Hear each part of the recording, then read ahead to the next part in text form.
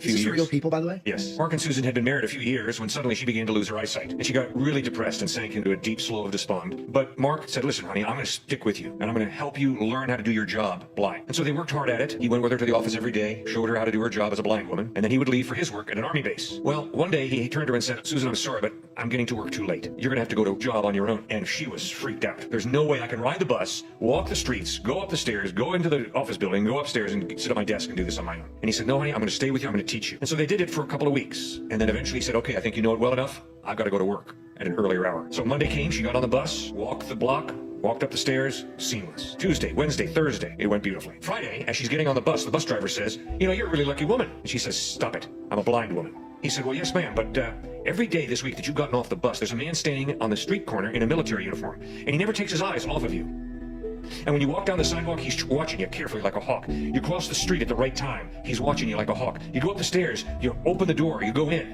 and as soon as that door closes, he stands ramrod tall, gives you a salute, blows you a kiss, and then turns to go away. That's exactly what God does for us in even a more profound way. And then he calls us to do that with each other, to really protect each other, to focus in on each other, to listen to each other, to build each other up, to encourage each other. And that's how marriage goes beautifully.